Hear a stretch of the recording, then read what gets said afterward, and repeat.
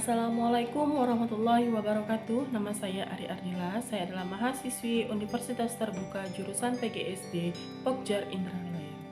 Kali ini saya akan menjelaskan tugas tutorial 1 mata kuliah Perspektif Pendidikan Sekolah Dasar. Baiklah, untuk soal yang pertama, persoalan apa saja yang Anda alami dalam penyelenggaraan pendidikan di sekolah masing-masing di dalam kaitannya dengan ketentuan perundangan yang ada? Dalam dunia pendidikan, tentunya ada banyak sekali persoalan yang dihadapi, terutama dalam pelaksanaan penyelenggaraan pendidikan. Persoalan tersebut memiliki dampak yang cukup signifikan bagi guru maupun bagi siswa. Persoalan yang sering kita hadapi adalah yang pertama, keberagaman perilaku siswa. Tidak semua siswa yang berada dalam kelas kita itu mempunyai sifat dan perilaku yang sama. Ada berbagai macam tingkah laku siswa dalam kelas yang terkadang tidak bisa diprediksi oleh guru. Misalnya, ada siswa yang penurut, ada pula siswa yang sulit untuk diatur. Ada siswa yang manja, ada juga siswa yang selalu minta diperhatikan. Keberagaman perilaku siswa tersebut dikarenakan perbedaan usia dan perbedaan pelayanan orang tua di rumah. Hal ini tentu menjadi tantangan tersendiri bagi seorang guru. Sebagai seorang guru, wajib bagi kita untuk memahami setiap karakteristik siswa kita di kelas. Karena dengan itu kita akan mampu menentukan pelayanan pendidikan yang seperti apa yang sesuai dengan kriteria mereka. Oke, yang kedua, itu adalah tuntutan guru yang semakin tinggi. Menghadapi generasi sekarang ini yang semuanya menggunakan kecanggihan teknologi, menjadikan guru dituntut untuk melek teknologi. Hampir semua kegiatan yang dilakukan di sekolah memanfaatkan teknologi. Misalnya, program administrasi sekolah yang harus dilakukan secara online dan semua diatur oleh sistem aplikasi. Bagi guru-guru yang terbilang masih muda, mereka akan mudah untuk beradaptasi dengan kebijakan tersebut karena mereka masih sangat mampu untuk memahami dan mempelajari sistem teknologi. Sayangnya, bagi beberapa guru senior, ini menjadikan mereka terbebani untuk menjalankannya. Akibatnya, semua kegiatan yang berhubungan dengan kemajuan teknologi sulit untuk berkembang di lingkungan sekolah. Nah, solusinya ya tentu harus dilakukan pelatihan secara berkala. Nah, untuk yang ketiga itu adalah kurangnya fasilitas pendidikan. Nah, fasilitas pendidikan merupakan faktor pendukung yang cukup penting dalam proses pembelajaran. Fasilitas pendidikan membantu guru dalam menjelaskan materi yang akan dijelaskan dan membantu siswa agar memahami materi belajar dengan mudah. Bukan hal yang baru jika di beberapa sekolah, terutama di sekolah-sekolah yang berada di daerah ya jauh dari kecamatan atau mungkin dari kabupaten, di sana beberapa fasilitas sekolah masih kurang. Jadi hal ini membuat proses belajar menjadi terhambat. Nah, salah satu caranya yang bisa kita lakukan adalah menjadi seorang guru yang kreatif, di mana kita bisa memanfaatkan apa yang ada di sekitar kita untuk menjadi bahan praktek untuk belajar. Nah, itu ya soal yang pertama. Nah, untuk soal yang kedua, jadi sebagaimana yang kita ketahui bahwa karakteristik anak SD itu ialah masih berada pada tahap operasional konkret dan masih mempunyai pandangan holistik. Nah, berdasarkan pada prinsip tersebut, apa argumen Anda tentang pembelajaran IPA yang tidak sesuai menggunakan metode ceramah untuk anak SD ya? Nah, jadi sesuai dengan karakteristik anak SD yang masih pada tahap operasional konkret, di mana mulai terjadi pergantian perilaku impulsif dengan refleksi dasar dan anak mulai dapat membedakan pandangan dirinya dan orang lain. Nah, berkaitan dengan pengajaran IPA di SD, mengapa menggunakan metode ceramah tidak sesuai? Ya karena metode ceramah itu adalah metode yang paling tradisional, di mana guru yang berbicara dan murid yang mendengarkan. Dari metode ceramah itu ada beberapa kelemahan untuk metode ceramah. Yang pertama, metode ceramah ini terkesan membosankan karena hanya guru yang berbicara, siswa hanya mendengarkan saja. Yang kedua, siswa menjadi kurang aktif Dan yang ketiga, interaksi cenderung berpusat pada guru. Yang keempat, guru juga kurang dapat mengetahui sejauh mana siswa memahami materi. Terus yang kelima, siswa tidak mendapatkan kesempatan untuk mengembangkan kecakapannya dan kesempatan untuk mengeksplor hal-hal yang baru. Dan selanjutnya, pengetahuan yang diperoleh menjadi mudah untuk terlupakan.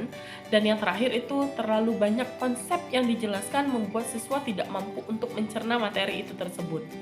Untuk sebagian mata pelajaran yang lain, metode ceramah ini menjadi metode yang tepat karena metode ini memberikan kemudahan bagi guru dalam menyampaikan materi. Seperti kelas akan menjadi lebih tenang karena siswa melakukan kegiatan yang sama dan dapat diawasi secara menyeluruh dan tidak membutuhkan tenaga dan waktu yang banyak dalam mengaplikasikannya, serta dapat menampung kelas yang besar dan sarana prasarana yang kurang tidak akan menjadi masalah yang berarti.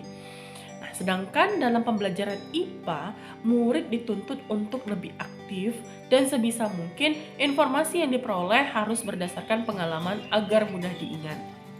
Nah, metode yang tepat digunakan pada pembelajaran IPA itu adalah metode demonstrasi, metode eksperimen, atau metode studi kasus. Nah, untuk yang soal yang ketiga ini, bagaimana sejarah latar belakang perkembangan pendidikan sekolah dasar semenjak era kolonial Hindia Belanda hingga sampai saat ini. Baiklah, jadi pendidikan di Indonesia ini memiliki sejarah yang cukup panjang. Pendidikan telah ada sejak zaman kuno hingga zaman sekarang ini. Nah, sekarang saya akan menjelaskan satu persatu ya. Jadi yang pertama itu adalah era kolonial. Nah, di era kolonial ini pada tahun 1899, pada saat itu ada namanya kebijakan politik etis di Indonesia, di mana salah satu kebijakannya itu adalah edukasi dan pendidikan.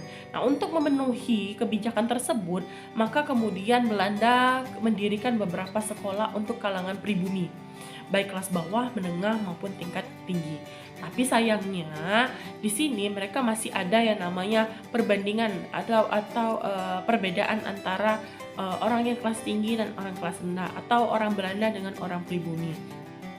Jadi hal ini terlihat dari berbedanya kesempatan untuk memasuki sekolah bagi golongan atas dengan golongan bawah.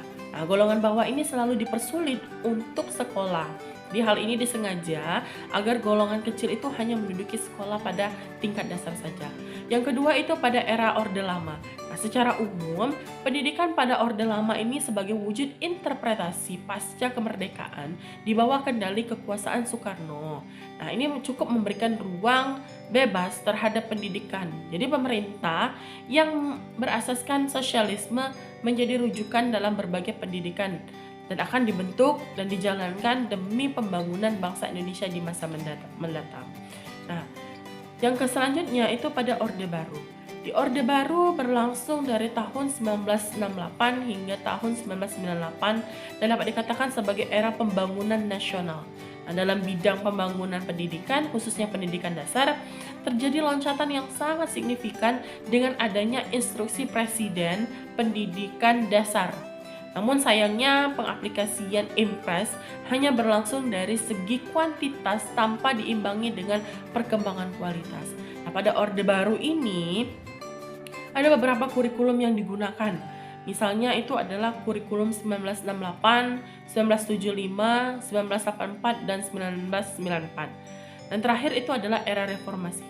Di era reformasi telah memberikan ruang yang cukup besar bagi perumusan kebijakan-kebijakan pendidikan baru yang bersifat reformatif dan revolusioner. Bentuk kurikulum menjadi berbasis kompetensi. Jadi kurikulum yang digunakan di zaman era reformasi itu adalah kurikulum berbasis kompetensi dan kurikulum tingkat satuan pendidikan. Untuk soal yang keempat, dalam perwujudan paradigma pendidikan nasional yang desentralistik, pendidikan nasional memerlukan adanya standar nasional pendidikan. Jelaskan menurut Anda. Baiklah, jadi di standar nasional pendidikan itu ada 8. Yang pertama itu adalah standar isi kurikulum pendidikan. Yang kedua itu adalah standar proses. Yang ketiga itu adalah standar kompetensi lulusan. Terus yang keempat itu adalah standar pendidikan dan tenaga kependidikan. Terus standar sarana prasarana. Selanjutnya adalah standar pengelolaan manajemen, standar pembiayaan, dan standar penilaian pendidikan. Berdasarkan pada kedelapan komponen tersebut sudah jelas bahwa standar kependidikan nasional sangat dibutuhkan dalam penyelenggaraan pendidikan. Hal ini berkaitan bahwa standar pendidikan nasional memiliki fungsi sebagai dasar dalam perencanaan, pelaksanaan, dan pengawasan dalam rangka mewujudkan pendidikan nasional yang bermutu. Jadi standar pendidikan nasional ini mempunyai tujuan ya untuk menjamin mutu pendidikan nasional dalam rangka mencerdaskan kehidupan bangsa dan membentuk watak serta peradaban bangsa yang bermartabat. Baiklah, demikianlah penjelasan dari saya. Terima kasih banyak atas perhatiannya. Saya akhiri dengan wassalamualaikum warahmatullahi wabarakatuh.